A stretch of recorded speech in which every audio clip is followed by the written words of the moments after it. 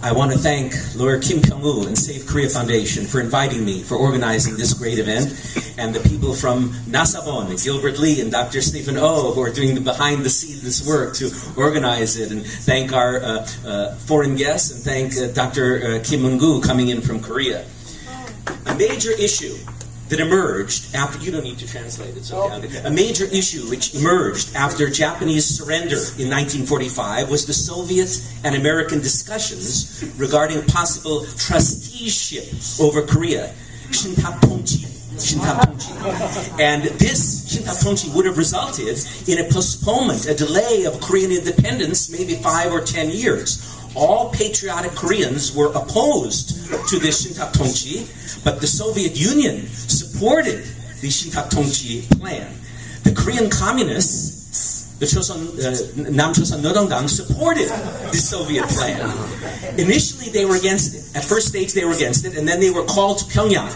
Park Han-young and others called to Pyongyang, and they were forced completely changing during 3 days their position, and then they supported the trusteeship loyally as the communists.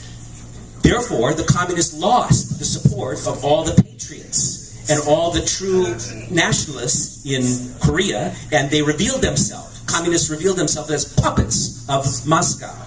Indeed, the Korean Communist statements supporting the Shintak-tongji was same as in Soviet media.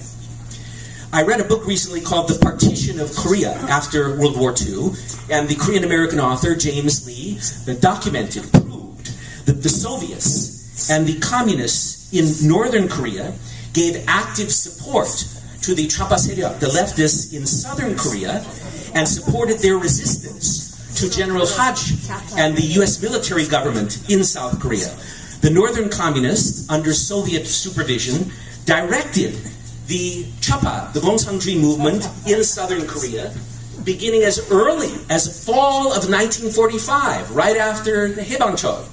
The communists in the Soviet Union granted 15 million yen, big amount in those days, to the Nam-Choson Nodongdang in the south for year of 1946 for financing communist organization and activities and campaigns in the south. The Soviet occupation authorities in north part of Korea regularly held meetings with the southern communists. Park Han-young and others would visit Pyongyang and get instructions from the north, and the southern communists would engage in spying activities in the south for the Soviets. By late 1945, the southern communists were already being paid and ordered by the Soviets, and they were receiving instructions from Stalin. The southern communists were also acting as spies for the Soviets, through the period from 1945 to 1948. For example, Terentij Shtikov was the Soviet general who ruled North Korea after liberation. He later became the first ambassador to new Kim Il-sung government, Shtikov, and he wrote in his diary how he sent detailed instructions to the communists in the South on what strategy to use, on how to wage their violent campaign and their disruption and all their troublemaking against the U.S. military government. Shtikov, the Soviet general, admitted in late 1946 he gave the southern communists 2 million yen to support their Busan general strike in 1946. And he gave another 3 million, the Soviet general gave 3 million yen additionally to the southern communists to stage their Daegu riot in October of 1946, the Daegu Shibir Sagon, paid for by Soviets. The southern communists were essentially outlawed by Hodges, by U.S. military government in the south, only after the communists changed their strategy to violent struggles and attempted revolutionary uprisings.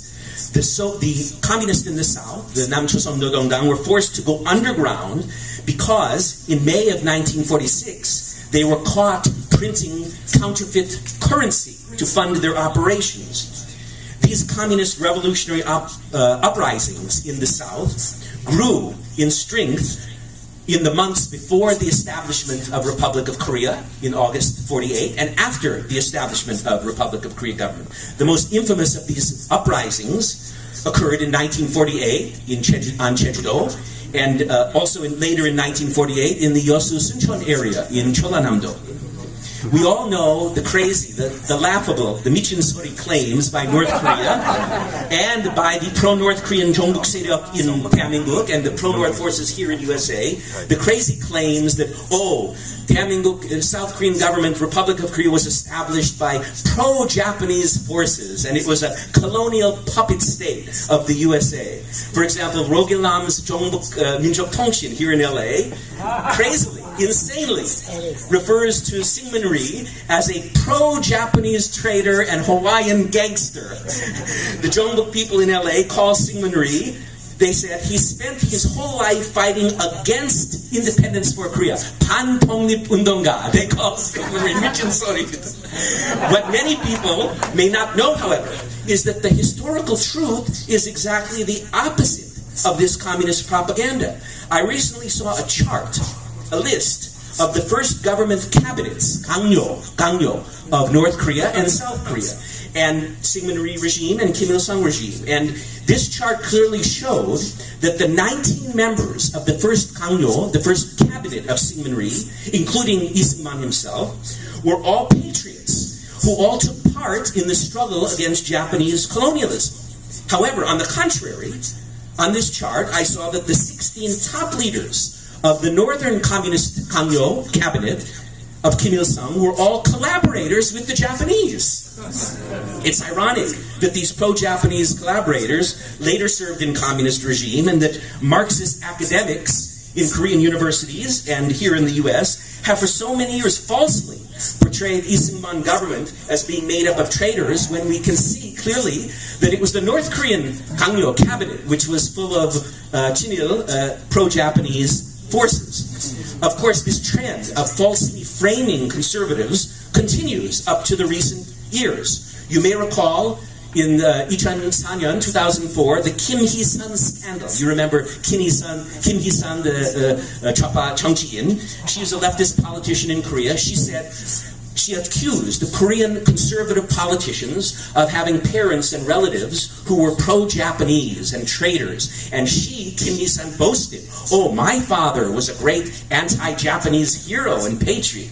But she was lying. It later emerged, as you know, that Kim Il-sung's father was not an anti-Japanese patriot. Kim Il-sung's father was working for the brutal, the feared Japanese colonial police, and his job was to hunt down the Korean patriots, this leftist flyer. So my point is that the leftist version of history is not history. It's garbage, it's svegi, nonsense. I'd like to point out, moving forward in history, that the Soviet ambassador to North Korea, his name was Puzhanov. Puzhanov was Soviet ambassador in 1960. After Lee Seung-man was overthrown, he was the ambassador to Kim Il-sung's government from Moscow, and he kept a diary. And in his diary, he wrote that Kim Il-sung was very happy and overjoyed at the overthrow of Lee Seung-man because Kim Il-sung said now in South Korea in 1960, there are labor troubles, strikes, youth demonstrations, and it's good. Kim Il-sung said to the Soviet that there's a positive aspect in Korea, Kim Il-sung said. He said, there are parties, political parties in Korea, which are progressives. And these parties have a lot of good slogans, which are helping us in North Korea. However, Kim Il-sung said, there are also some of these Jimbo parties, progressive parties in South Korea, have some negative aspects. Sometimes the Jimbo seryok in 대한민국, in South Korea, the progressive parties, sometimes they do say anti-communist slogans or pro-US statements or pro-United Nations statements. However, Kim Il-sung said, don't worry if they make that kind of public statements, the Jimbo seryok, because privately they're on our side. Kim Il-sung said to Soviet ambassador, the Jimbo seryok in South Korea, when they make anti-communist statement, we're ordering them to do it so they won't lose credibility, so they won't be banned by government. The words of Kim Il-sung. Now, that brings us to the 60s. But let's move a little bit forward. What are some examples from the present situation? In January 2015, there was a secret speech by Kim Jong-un to the apparatchiks, the kanbu of the Choson Nodongdang, the North Korean Workers' Party, and Kim Il-sung. This speech was published in South Korean conservative media, revealed. Kim Jong-un said, progressives in the South are our comrades in the enemy camp. He said, Kim Jong-un said, 남조선의 진보 세력은 적진에 있는 우리들의 동지. Kim Jong-un instructed progressives in South Korea to infiltrate the political system and promote anti-Americanism. What the whole quote of Kim Jong-un was, 남조선에 있는 진보 세력은 적진에 있는 우리들의 동지 선거에서 지지율을 오로 야당이나 여당의 핵심 위치까지 진입할 수 있도록 만들어라. That's what Kim Jong-un said. So where does that leave us today? Where do we stand today? I'd like to return to the theme. The title of my talk was A Republic If You Can Keep It. That's a famous phrase which was attributed to a quote of Benjamin Franklin, one of the great founding fathers of our great country, Benjamin Franklin. In 1787, he was at the Constitutional Convention in Philadelphia. They were drafting the Constitution of the United States, and he left the hall, and a woman ran up to him and said, Dr. Franklin, what kind of government did you make? What kind of constitution? Do we have a republic? Do we have a monarchy? And Benjamin Franklin looked at the woman and he said, ma'am, we have a republic. If you can keep it, if you can keep the republic, that's what we have. So the question we face today is, will the Republic of Korea maintain its status as a free republic, as a liberal democracy, or will Korea now become a people's democracy, or a candlelight revolutionary mobocracy? That depends on how hard the patriotic conservative forces, it depends on how all of you, how hard you will fight, how willing and able you are to fight to keep the republic. Thank you very much. Thank you, Mr.